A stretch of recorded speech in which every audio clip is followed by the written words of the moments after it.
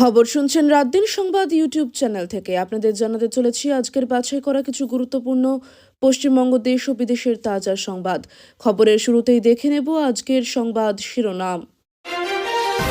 নতুন দল ঘোষণার আগে শুভেন্দুকে সরাসরি আক্রমণ, কি এমন বললেন হুমায়ুন কবির? চরমে রাজনৈতিক উত্তেজনা। কুলাঙ্গার, ক্লাস 4-এর চেয়েও কম বিদ্যা। প্রকাশ্য সভায় বিস্ফোরক ভাষায় কাকে নিশানা করলেন অভিজিৎ গঙ্গোপাধ্যায়? মুর্শিদাবাদে তৃণমূলের অস্তিত্ব শেষ, বিজেপির আসন ব্যাপক বাড়ার ইঙ্গিত দিয়ে বড় বার্তা হুমায়ুন কবিরের। ভোটের আগে শাসক শিবিরে বড় ভাঙনের জল্পনা, হেভিওয়েট জনপ্রতিনিধির বাড়িতে অর্জুন সিং তুঙ্গে রাজনৈতিক কৌতূহল। ওসমান হাদির হত্যার রেশ কাটতে না কাটতেই ফের গুলি, ছাত্রনেতার মাথা লক্ষ্য করে হামলায় উত্তপ্ত বাংলাদেশ। ভারতের কড়া পদক্ষেপে চাপে বাংলাদেশ, আন্তর্জাতিক স্তরে বাড়ছে চাপ, দিশেহারা ঢাকা প্রশাসন। লেকটাউনে মেসির মূর্তি নিয়ে আইনি জট, সরকারি না ব্যক্তিগত জমি মালিকানা নিয়ে কড়া প্রশ্ন হাইকোর্টের। হুমায়ুনের দলের নাম নিয়েই কটাক্ষে অনড় শুভেন্দু, চ্যাংদোলা মন্তব্যে নতুন বিতর্ক রাজনীতির ময়দানে। নেতাজি ইন্ডোরে মাইক বিভ্রাটে চরম ক্ষোভ মুখ্যমন্ত্রীর, অন্তর্ঘাত হচ্ছে না তো? অ্যাকশনের হুঁশিয়ারি। ভারতে অবৈধভাবে থাকা বাংলাদেশিরা দেশে ফিরতে গিয়ে আটক, বিজেপির হাতে ধরা পড়ায় সীমান্তে চাঞ্চল্য। 26-এর ভোটের আগেই রাজ্যের মন্ত্রীর ঘরে বড় ভাঙন, জেলায় জেলায় শক্তি বাড়ছে মিম, দাবি জোরালো। শুধু হুঁশিয়ারি নয়, এবার সরাসরি অ্যাকশন, মোদী সরকারের এক চালে বাংলাদেশের রাজনীতিতে প্রবল কাঁপন। রাজশাহী বিশ্ববিদ্যালয়ে জঙ্গি তাণ্ডবের অভিযোগ, বন্দুকের মুখে 6 শিক্ষককে ইস্তফায় বাধ্য করা হলো। চোর ধরতে গিয়ে আক্রান্ত বিধাননগর থানার পুলিশের গাড়ি ভাঙচুর, আহত অন্তত 7 জন।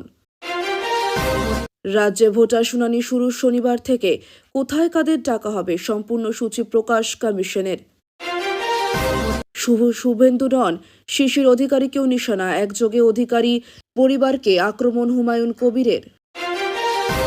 আরাবল্লী পাহাড় নিয়ে বাড়ছে আশঙ্কা, খনন বিতর্কে কেন্দ্র বনাম বিরোধী সংঘাত তীব্র। স্বর্ণ ব্যবসায়ী খুনে প্রশাসনিক চাপে রাজগঞ্জের বিডিও, কড়া নির্দেশ দিয়ে তদন্তের নজর হাইকোর্টের। এক ধাক্কায় 9 ডিগ্রি তাপমাত্রা পতনের পূর্বাভাস, বাংলায় কবে থেকে নামবে হাড় কাঁপানো শীত? এসআইআরের ধাক্কায় মুখ্যমন্ত্রী বেসামাল, নেতাজি ইন্ডোরের বৈঠক ঘিরে তীব্র কটাক্ষ শুভেন্দুর। মুর্শিদাবাদে ওয়াকফ হিংসায় নৃশংস খুন, বাবা ছেলে হত্যাকাণ্ডে দোষী সাব্যস্ত 13 জন।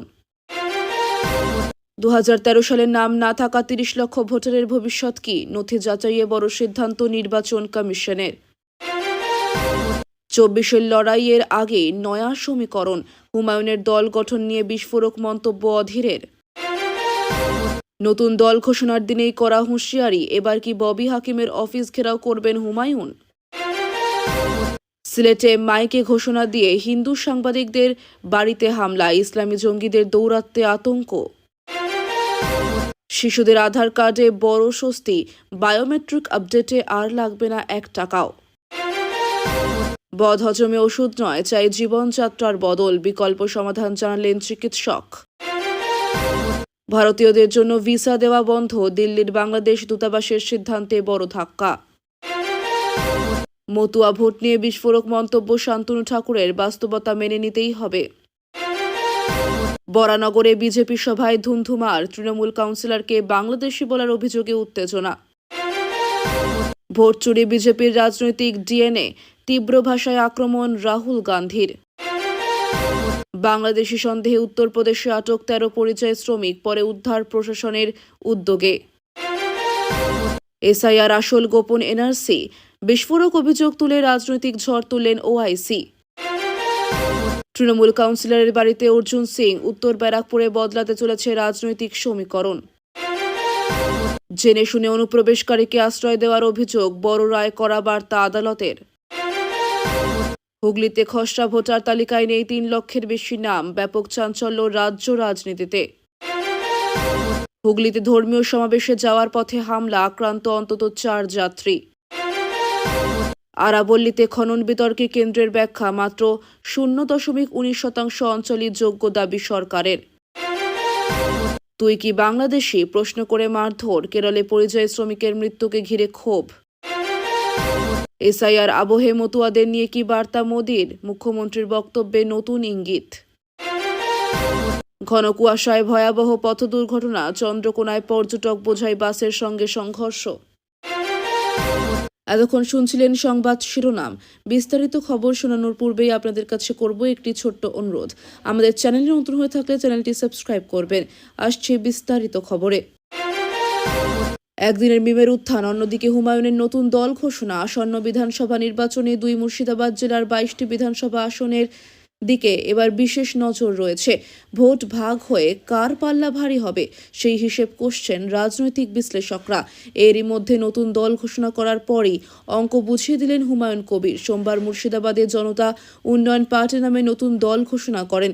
বেশ কয়েকটি আসনে প্রার্থীও ঘোষণা করেছেন। মঞ্চ থেকে হুমায়ুন তৃণমূল তথা মমতা বন্দ্যোপাধ্যায়কে রীতিমতো চ্যালেঞ্জ ছুড়ে বলেন, এবার ভোটে মুর্শিদাবাদে তৃণমূলকে খাতা খুলতে দেবেন না। জেলার সবকটি আসনে যে তিনি প্রার্থী দেবেন সে কথাও বুঝিয়ে দিয়েছেন হুমায়ুন। মঞ্চের সামনে ভিড় করেছিলেন হুমায়ুনের প্রচুর অনুগামী। সেই মঞ্চে দাঁড়িয়ে ভরতপুরের বিধায়ক চ্যালেঞ্জ ছুড়ে বলেন, মুর্শিদাবাদে 22টি সিটে খাতা খুলে দেখাবেন। আমি বেঁচে থাকলে তৃণমূলকে 0 করব। তবে বিজেপি 2 থেকে 1টা সিট বাড়িয়ে নিতে পারে। বিজেপির যা কৌশল, যা অর্থবল, তাতে ওদের সিট বাড়তে পারে, কিন্তু তৃণমূল 0 হবে। উল্লেখ্য, হুমায়ুন নতুন দল ঘোষণা করার কথা বলার পর থেকেই রাজনৈতিক মহলে নানা জল্পনা তৈরি হয়। কোনো দল তাকে পিছন থেকে সমর্থন করছে কিনা সেই প্রশ্ন ওঠে। এদিন হুমায়ুন নয়া দল ঘোষণা করায় তৃণমূলের মুখপাত্র তন্ময় ঘোষ বলেন, দল গড়তেই পারেন, নির্বাচনে কি প্রভাব পড়বে সেটা ফলাফলেই বোঝা যাবে। কেউ বা কারা পিছন থেকে মদত দিয়ে ভোট ভাগ করার চেষ্টা করছে। মানুষের বোঝা উচিত, এদের ভোট দিলে বিজেপিরই লাভ হবে। তৃণমূল মানুষের সঙ্গে থেকে রাজনীতি করে। হুমায়ুন কি করবে তার কোনো প্রভাব পড়বে না। 2021 সালের বিধানসভা নির্বাচনের আগে দেখতে পাওয়া গিয়েছিল যে তৃণমূল থেকে প্রচুর নেতানেত্রী বিজেপিতে যোগদান করতে শুরু করেছিলেন, যার ফলাফল যে খুব একটা ভালো হয়নি তা পরবর্তীতে উপলব্ধি করেছিল রাজ্য বিজেপি। তাই এবার সেই অতীতের ভুল থেকে শিক্ষা নিয়ে তৃণমূলের কেউ যদি যোগদান করতে চায়, রাতারাতি তাকে যে দলে নিয়ে নেওয়া হবে না, তা ইতিমধ্যেই বিজেপির গোপন মহল থেকে পাওয়া খবর অনুযায়ী স্পষ্ট হয়ে গিয়েছে। তবে 26 নির্বাচনের আগে যখন সরগরম রাজ্য রাজনীতি, ঠিক তখনই তৃণমূল কাউন্সিলরের বাড়িতে পৌঁছে গেলেন ব্যারাকপুরের প্রাক্তন বিজেপি সাংসদ অর্জুন সিংহ। আর সেই খবর সামনে আসার পরেই রীতিমতো জল্পনা বাড়তে শুরু করেছে রাজ্য রাজনীতিতে। ইতিমধ্যেই বেশ কিছু মহল থেকে খবর পাওয়া যাচ্ছে যে তৃণমূলের ভেতরে অনেকেই আবার বিজেপিতে যোগদানের জন্য ইচ্ছা প্রকাশ করছেন।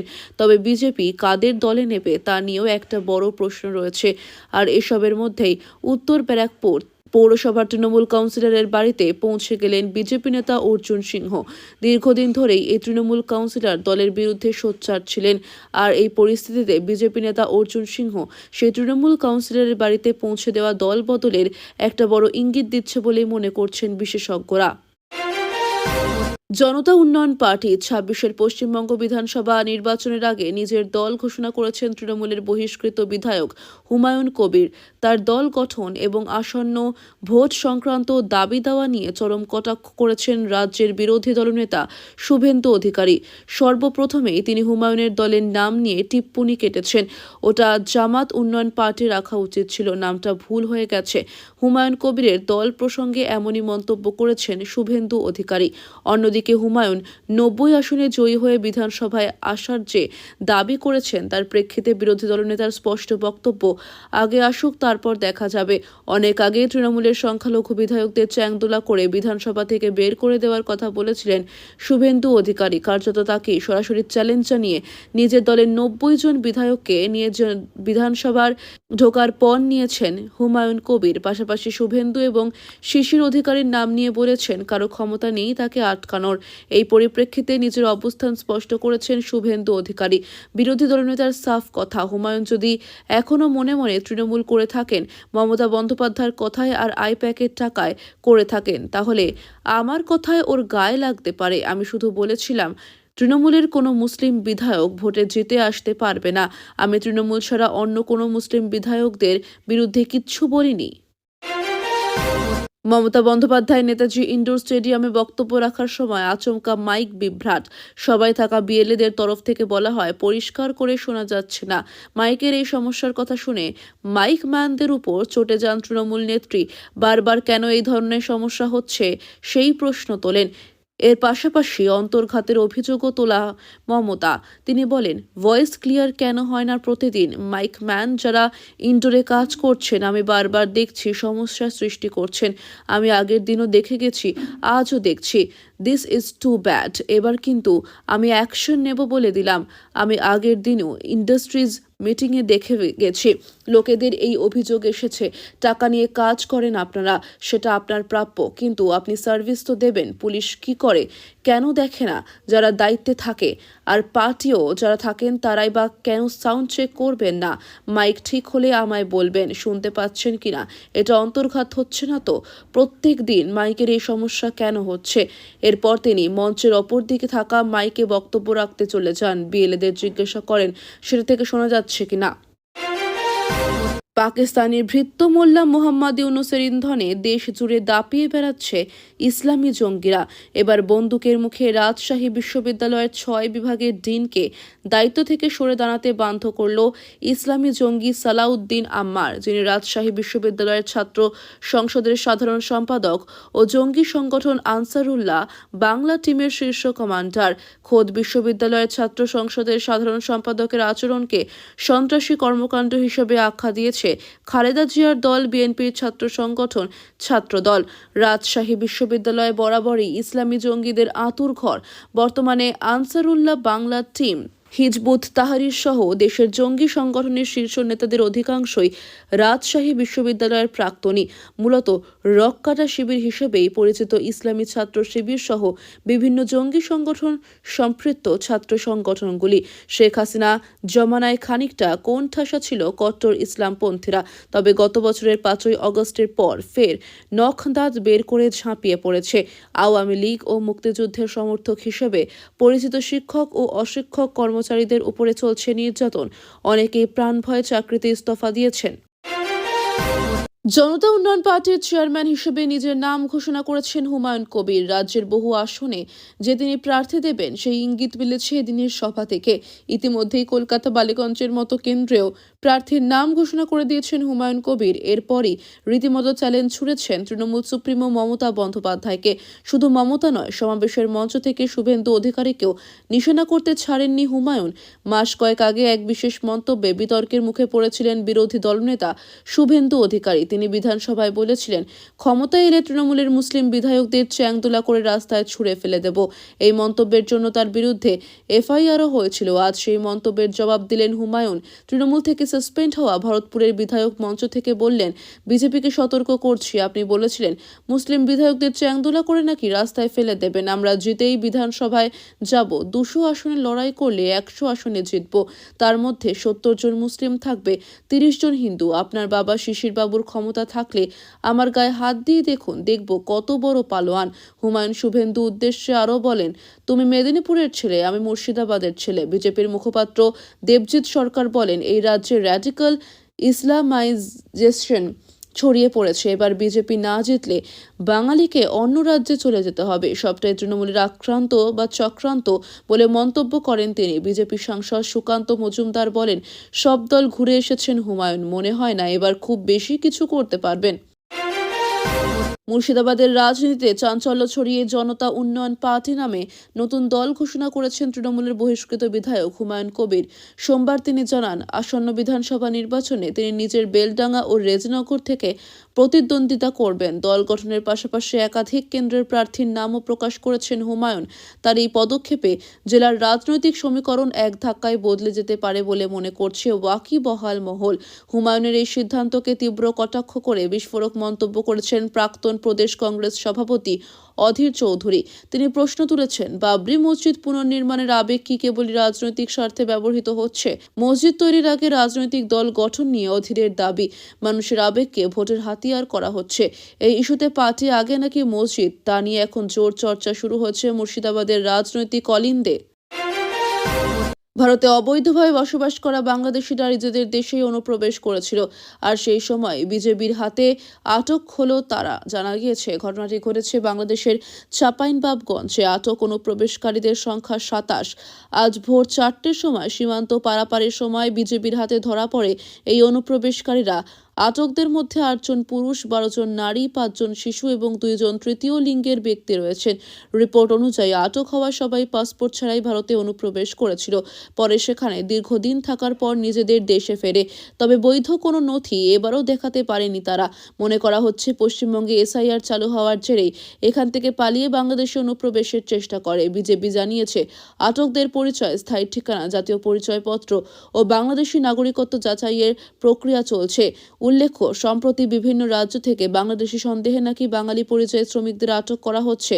বছরের পর বছর ধরে বিভিন্ন কারণে বাংলাদেশ থেকে কয়েক লাখ মানুষ চোরা পথে ভারতে অনুপ্রবেশ করে এখানেই বসবাস করছে। দিল্লি থেকে বেঙ্গালুরু বিভিন্ন জায়গায় এইসব বাংলাদেশিরা কাজ করে। এরপর বিভিন্ন উপায়ে বাংলাদেশের বাড়িতে টাকাও পাঠায় তারা। অনেকেই ঈদের সময় চোরা পথে বাংলাদেশে গিয়ে কয়েকদিন করে কাটিয়েও আসে। এদের অনেকেই এখানে বিয়ে করেছেন।